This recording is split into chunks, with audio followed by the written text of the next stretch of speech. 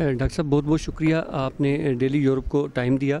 मेरा ये सवाल है कि जो ओवरसीज़ कम्युनिटी है जो जर्मनी में रह रही है, वो पाकिस्तानी अवामी तहरीक के लिए क्या खिदमात सर अंजाम दे रही है, या वो आपको किस हद तक सपोर्ट करते हैं? इस बारे में आपका क्या कहना है?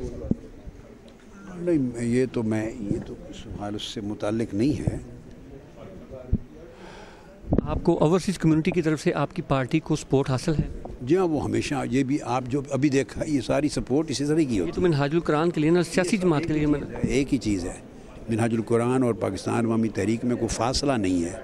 वो सियासी विंग है, ये उसका रूहानी, इल्मी, दीनी, समाजी, तरबियती विंग है। ठीक है। पाकिस्तान में जो इलेक्शन अभी हुए हैं उसमें इमरान खान जीत गया है, और जैसा कि हम सब जानते हैं और मीडिया जानता है कि आप और इमरान खान का एक सियासी कट जोड़ रहा है।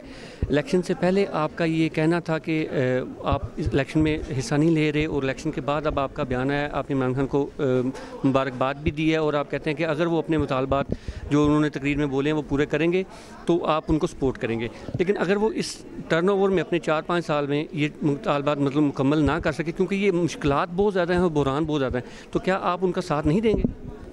नहीं, ये तो मैं अगर मगर के जवाबों में नहीं जाना चाहता।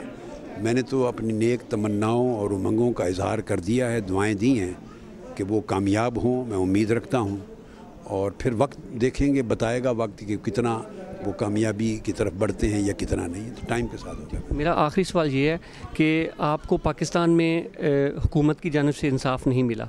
क्या आप ये समझते हैं कि जो मुस्लिम लीग नून के साथ अब हुआ है, ये अल्लाह ताला की तरफ से उनके साथ इंसाफ? नहीं, मैं तो समझता हूँ कि ये बिल्कुल अपने मज़ालिम के ऊपर अल्लाह पाक की गिरफ्त है उनकी।